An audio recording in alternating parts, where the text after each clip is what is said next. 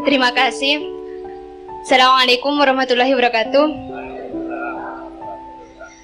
Nama saya Islamia dari Bangkalan. Pertanyaan saya sebenarnya ini sangat gampang, antara bahasa hati dan pikiran. Karena di sini saya sangat sulit untuk membedakan ketika hati itu berbicara kapan dan pikiran berkecamuk itu kapan. Hati itu api, pikiran itu besi atau kayu. Api itu tidak ada batasnya. Jadi yang disebut iroda itu hati. Kemauan itu dari hati. Pikiran tidak punya kemauan. Yang punya kemauan itu hati. Nah, kemauan itu ada batasnya, Mbak. Kamu mau tak kasih uang 1 juta? Mau? Hatimu mau enggak? Mau? 1 miliar, 1 triliun, 10 triliun, enggak pernah enggak mau. Hati enggak ada batasnya.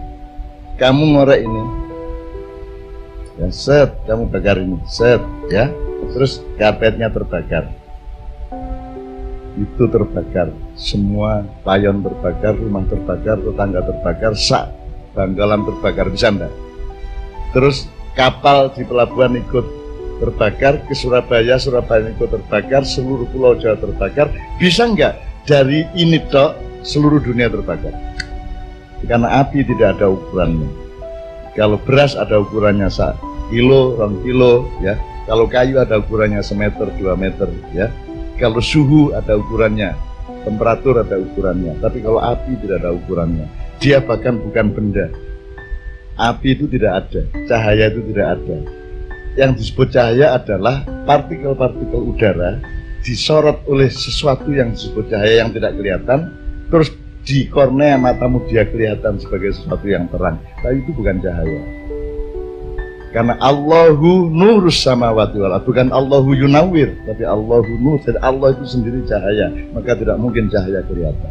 Yang disebut kelihatan dan terang itu adalah pertemuan antara partikel-partikel yang ditimpa cahaya dengan sistem penglihatan kita. Tapi cahaya itu sendiri tidak kelihatan. Jadi api juga begitu. Api tidak ada batasnya. Nah, hatimu itu maunya apa saja. Pak Muzamil mau kawin 8? Mau. Mau. Koma 16? Mau. 24? Mau. Kalau diturutin mau. Nah, Dek, hati itu kerjanya adalah berkemauan.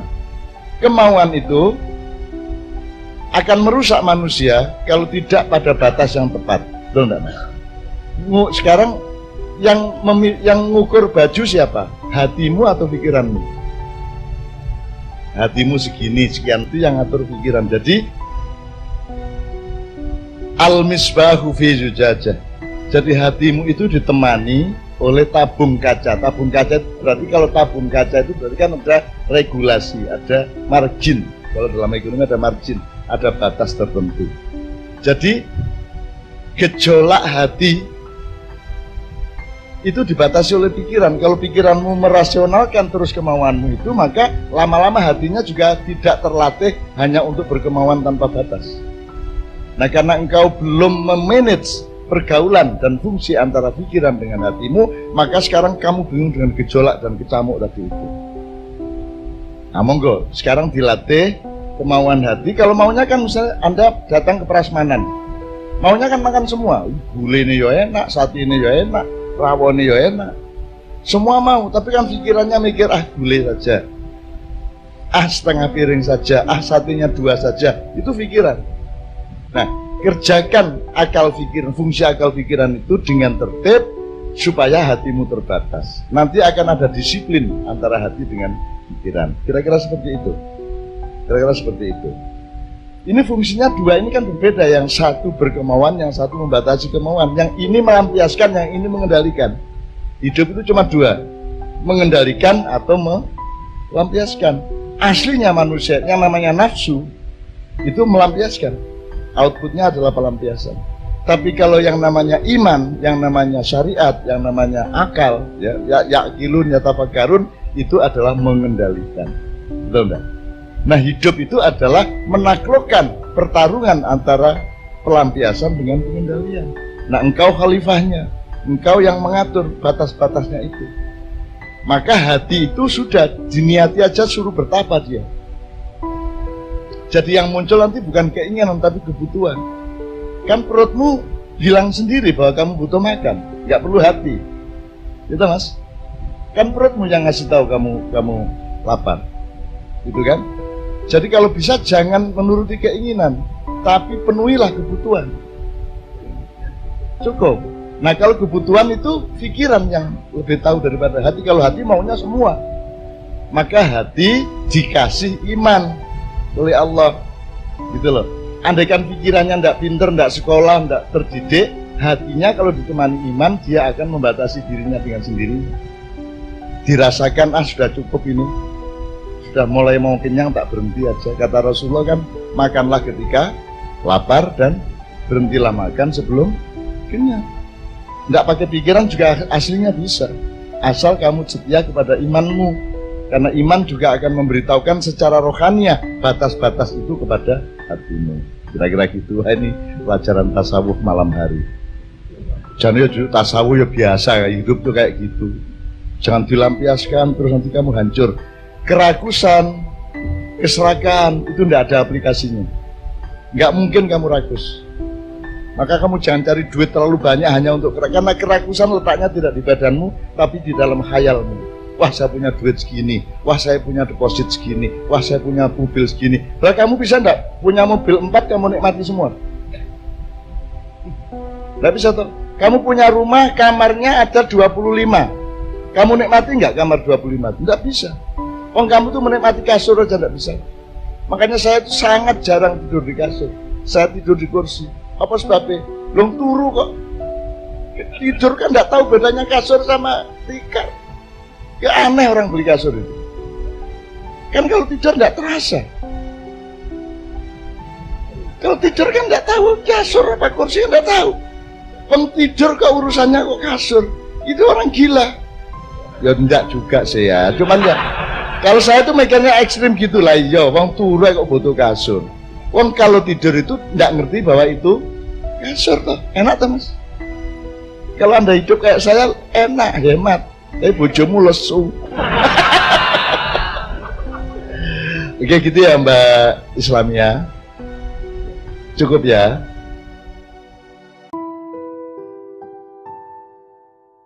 Jadi urip niku sawang sinawang. Aja ngrasa nek jenengan sengsara ijen. Nek arep balapan sengsara aku ya rada ora kalah-kalah banget lah. Arep pertandingan sengsara. Jenengan isih duwe sawah aku ora duwe, jenengan duwe penggawean aku ora duwe. Aku umur 24 melaku urung tahun duwe penggawean tenanan. Kula tahu dadi wartawan tahun 72 sampai 75 niku gaji terakhir saya Rp4.500. Kula nek mangan niku 50 satu kali makan Rp50. Jadi sego karo sayur, mbuh sayure sok tempe, sok terong, sok apa pokoke waton ngoten nika. Niku Rp20. Nek tanduk Rp15, jadi Rp35. Teh panas Rp10, nggih. Sisa Rp5 ya. Dari 50 itu sisa Rp5, kerupuk loro. Nggih, sehari saya makan itu 50 kali 3, nek 3 kali makan. Jadi ming Rp150 lah. Gaji saya Rp4.500 sebulan. Itu sampai hitung dhewe cukup apa ora. Dan kemana-mana ora iso ora ono angkot, ora ono ojek, ora ono ya mlaku. Jadi sehari itu jalan itu sekitar 20 km lah. Setiap hari rata-rata. Durung meneh antar kota, kula niku Jogja Magelang mlaku sering. Jogja Wates mlaku sering. Kula ten Ponorogo Medion mlaku, Gontor Medion mlaku. Jombang ten desa kula nggih mlaku. Ibu kula niku ditinggal bapak kula umur 49, anake 15. Jadi ibu kula niku meteng gendong bayi karo gandeng cah cilik. Niku ben taun ngoten niku anjen kula ndelok ibu kula mesti ikine mesti meteng karo gendong bayi terus nonton bocah sing Kang Mase sing digendong niku terus menerus sampai 15 orang. Saya nomor 4. Jadi adik kula 11. Nggih, dari satu ibu gitu nggih. Ayah saya meninggal dalam keadaan bukan hanya tidak punya apa-apa tapi punya hutang sangat banyak dalam 3 tingkat. Zaman semono urung ana miliaran lah. Zaman semono ana utang jutaan, ana sing utangi atusan ewu, ana sing utangi puluhan ewu. Sing puluhan ewu urung karuan iso kebayar, apa meneh sing jutaan. Jadi ayah kula ora ana kuwi kula kali Kang Mas kula adik-adik kula kabeh langsung hari itu juga berhenti sekolah. Mulane kula mboten sekolah niku ora mergo gaya, ora mergo ora ndek duit tenan. Gitu loh. Dan ibu saya nyun sewu lah. Kita ndak punya apa-apa omah, jadi ayah saya itu meninggal dengan harta terakhir sertifikat rumah. Di sertifikat itu ada lingkungan rumah, itu ada sekolahnya, ada masjidnya, tapi satu sertifikat tanah. Itu kali ayah kula digawa lunga saka Jombang nang Sidoarjo, golek bank sing rada larang nek nyili, rada akeh. Begitu nyilih duit, bali kecelakaan. Ayah saya seminggu baru kita temukan. Duitnya hilang, sertifikatnya hilang, omahe hilang, orang duwe apa-apa. Meskipun tidak ada yang ngeklaim, ya. Artinya kita bertahun-tahun itu ora cetha iki omah iki karena sertifikatnya ora ono. Lah niku pun untuk makan sehari-hari untuk sudah kita jual semua. Wis apa wis jebutan apa? Lemari wo kokean kegedean kuwi dol. Cagak niku kayune didol. Sudah ibu saya tinggal tikar sama satu bantal tok, tikar ora karpet ora. Wis ora ndek apa-apa, meja, kursi kabeh wis didol kabeh. Dadi kula ten Jogja niku nglumpukke koran bendina mungkin nek entuk seminggu kae wis rada akeh kula taleni kula panggul ngeten iki mlaku ten pasar Beringharjo. Dienggo mangan. Jadi piye wis arep balapan sengsara apa piye? Arep cerita-cerita sing ora-ora apa piye? Jenengan wis tau ora mangan pirang dina? Aku takon, malam pertama rasane piye nek ngelih kuwi? Isuk ra mangan, awan malam bengi ra mangan. Nah, kira-kira iso turu ora bengi kuwi? Ya.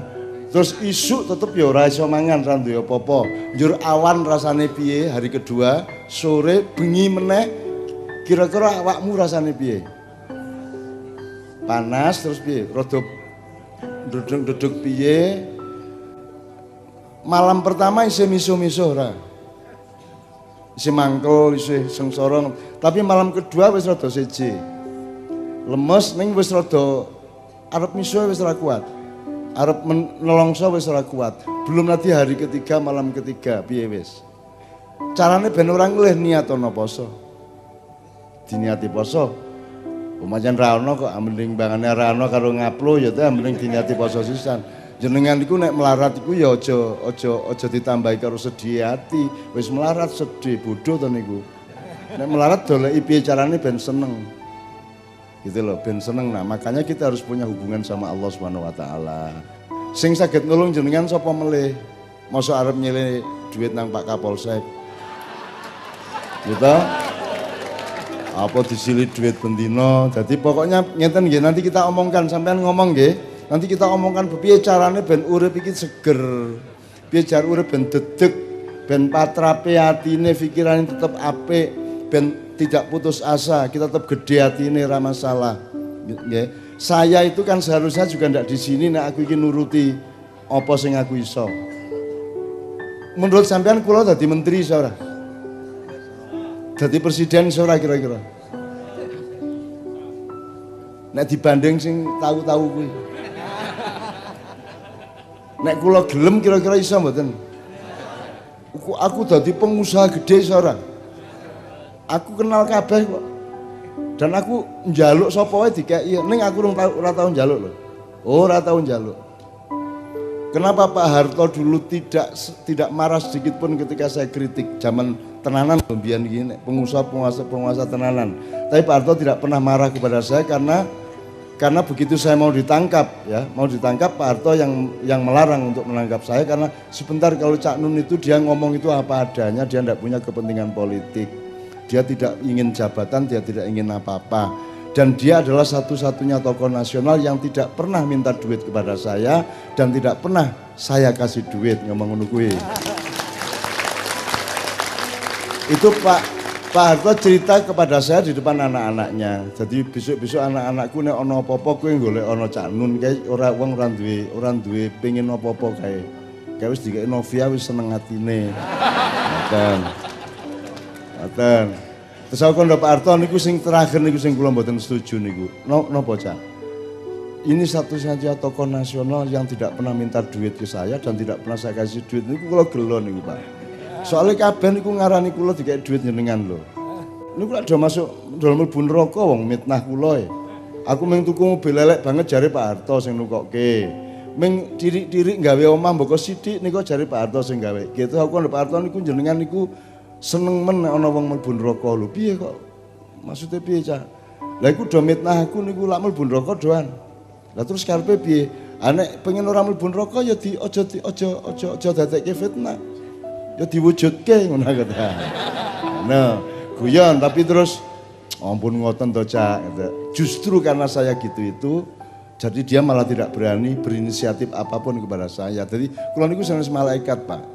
Kula niku seneng wong wedok ayu seneng, duit oke seneng, nggih. Seneng. Ya pengen sugih ya pengen sembarang kula nggih pengen kaya jenengan kabeh persis. Ning pengen ku nang dunya iki kalah karo gengsiku nang Gusti Allah. Mboten Gusti mboten, kula mboten kepencul ten donya. Nah, kuwi aku kuat banget soalku. Ambek donya diglethake ning ngarepku wis pira duwite ning leku isin nang Gusti Allah ki luwih gedhe mbangane ndilat duit-duit kuwi. Ngoten lho. Nek pingin. Jenengan lho ya pingin to rabi ora ming siji to asline. Nek diselulupi atine nika nggih purun to jane. Kersa to Mas nggih. Mburi-mburi jane ya pengin ning kan ada faktor lain. Tidak hanya keinginan hidup itu ada pertimbangan, ada kearifan, ada harga diri, ada martabat, ada kemaslahatan bersama, gitu. Itu semua menjadi bahan untuk menimbang apike mangan sepiro, mangan opo, rabi sopo, rabi piro, lah ngoten to. Ora njur kabeh keinginane dituruti. Kita hidup bersama-sama. Jadi misalnya erong kepingin gede, ya, ning rak kudu sesuai karo mripate karo pipine. Ndase pengen gede engko luwih gede mbangane awake. Jadi berapa besar kepala, berapa panjang jari harus sesuai dengan keseluruhan badannya. Begitu juga di dalam kehidupan sosial. Ojo njur menonjol dhewe, ampuh dhewe ora, ayo bebarengan ben iso patrap lan pepantes kuwi iso diterapke ning uripe bareng-bareng. Ngoten nggih. Bismillah wis.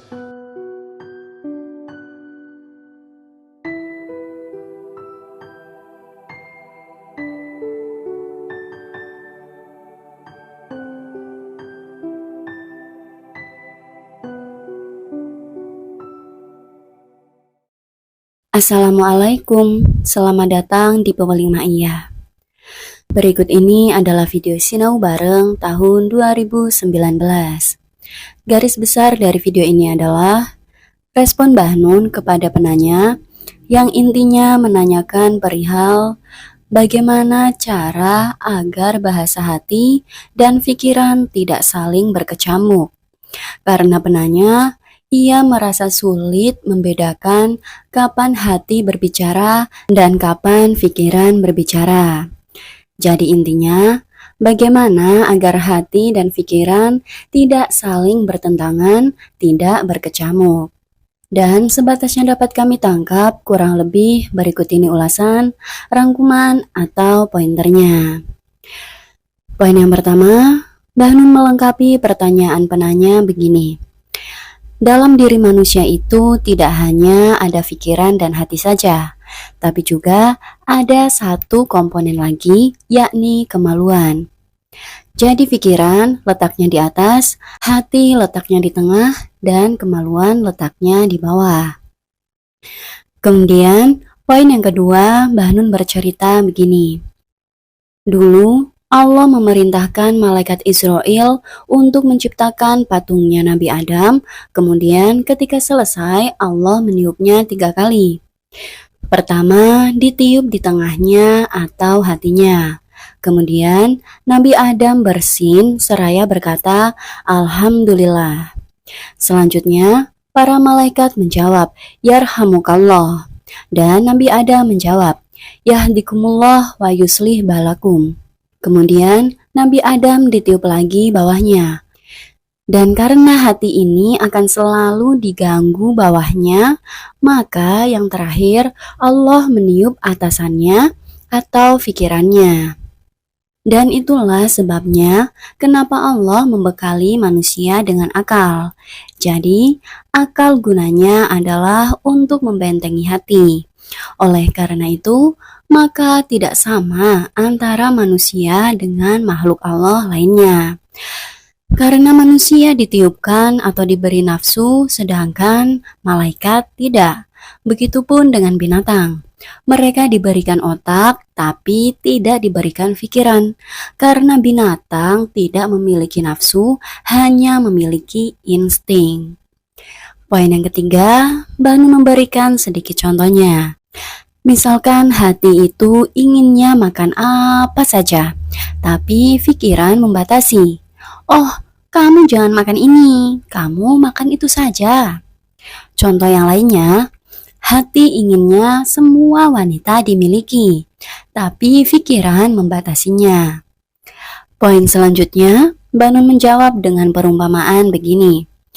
Pikiran itu besi atau kayu, jadi dia membentengi atau melindungi. Sedangkan hati itu api, dan api itu tidak ada batasnya. Maka dari itu api tidak ada ukuran. Kalau air ada ukurannya kubik, kalau panjang ada ukurannya meter, kalau berat juga ada ukurannya kilo, tapi kalau api tidak ada satuannya. Jadi intinya, agar bahasa hati dan pikiran tidak berkecamuk, maka pikiran harus aktif mengontrol atau mengerem. Jadi pikiran harus selalu diasah, dikasih ilmu, dan dilatih agar bisa menjadi pelindung yang dahsyat. Seperti perumpamaan Quran Surat An-Nur ayat 35 yang artinya adalah Allah cahaya langit dan bumi. Perumpamaan cahaya Allah adalah seperti sebuah lubang yang tak tembus yang di dalamnya ada pelita besar. Pelita itu di dalam kaca, dan kaca itu seakan-akan bintang yang bercahaya seperti mutiara yang dinyalakan dengan minyak dari pohon yang berkah, yaitu pohon zaitun yang tumbuh tidak di sebelah timur dan tidak pula di sebelah barat. Yang minyaknya saja hampir-hampir menerangi walaupun tidak disentuh api. Tadabbur kami adalah, pertama, Allah memberi cahaya kepada langit dan bumi. Artinya, ada api di hati atau atas, dan juga ada api di kemaluan atau bawah. Api di sini adalah nafsu, hasrat, keinginan, dan lain-lain. Kemudian, perumpamaan cahaya adalah seperti sebuah lubang yang tak tembus, yang di dalamnya ada pelita besar. Artinya, api atau hasrat atau nafsu itu tidak ada batasnya. Dia seperti lubang yang tidak tembus alias seperti keinginan yang tidak terbatas yang di dalamnya ada hasrat. Selanjutnya, pelita itu di dalam kaca dan kaca itu seakan-akan bintang yang bercahaya seperti mutiara yang dinyalakan dengan minyak dari pohon yang berkah. Artinya, seharusnya hasrat itu dibentengi atau dilindungi atau dibungkus dengan pikiran yang benar, hidup yang berkah. Selanjutnya, yaitu pohon zaitun yang tumbuh tidak di sebelah timur dan tidak pula di sebelah barat. Artinya, agar hidup benar dan berkah, maka caranya harus selalu seimbang, di tengah-tengah, jangan miring. Selanjutnya, yang minyaknya saja hampir-hampir menerangi walaupun tidak disentuh api. Artinya, kalau sudah hidup benar seperti di atas, maka setiap langkah hidup kita pasti hasilnya sudah auto kebaikan. Contohnya, tidak usah berniat baik saja sudah auto baik. Tidak usah bercita-cita bermanfaat karena setiap langkah hidupnya sudah auto akan bermanfaat. Jadi sudah auto menerangi tanpa perlu tersulut api. Kemudian poin yang terakhir intinya adalah ada tambahan video yang sudah lama teman-teman minta agar diupload ulang. Video itu berjudul Sawang Sinawang yang dulu pernah kami upload tapi karena beberapa hal maka terpaksa kami private. Namun karena videonya pendek maka mohon maaf kami gabungkan dengan video ini. Dan video berjudul Sawang Sinawang ini garis besarnya adalah Mbah Nun menawarkan untuk lebih mensyukuri hidup kita masing-masing, tidak perlu ingin menjadi yang lain karena hidup itu sawang sinawang. Contohnya adalah, belum tentu hidup orang yang kita dambakan sesempurna yang kita lihat. Semua hal itu sawang sinawang. Kurang lebih sebatas yang dapat kami tangkap, berikut itu garis besar dari keseluruhan video ini.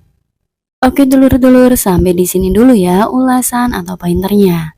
Sebenarnya masih ada begitu banyak hal yang dapat kita pelajari bersama dari kutipan Sinau Bareng pada video ini. Ulasan, pointer, atau rangkuman yang kami ungkapkan itu hanya sedikit gambaran saja. Dan semua yang kami ungkapkan itu bukanlah sebuah kebenaran. Hanya saja semoga dapat sedikit menambah referensi. Mohon maaf atas semua kelemahan sudut pandang kami. Matur suwun dan sehat selalu saudaraku. Wassalamualaikum.